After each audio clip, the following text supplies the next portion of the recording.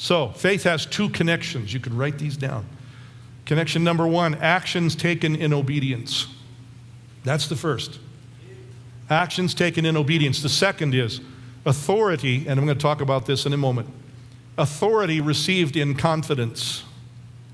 Two connections, actions taken in obedience, and then authority received in confidence. So let me show you some more. Matthew 9, verse 27.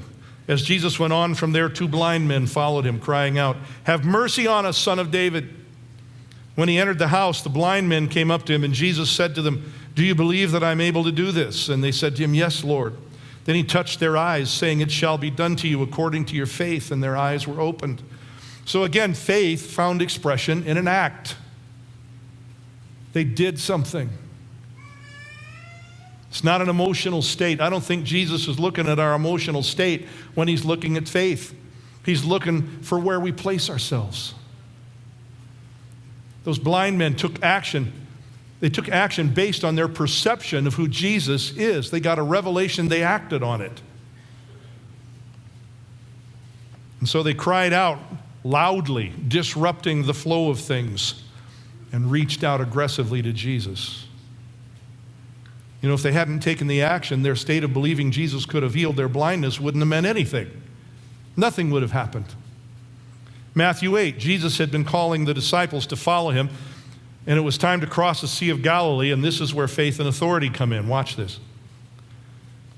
Matthew 8, verse 23. When he got into the boat, his disciples followed him, and behold, there arose a great storm on the sea, so that the boat was being covered with the waves, but Jesus himself was falling asleep. Get the picture. They can't bail fast enough, and the boat's beginning to sink. And Jesus, rude man that he is sound asleep. So they came to him and woke him, saying, "Save us, Lord, we're perishing."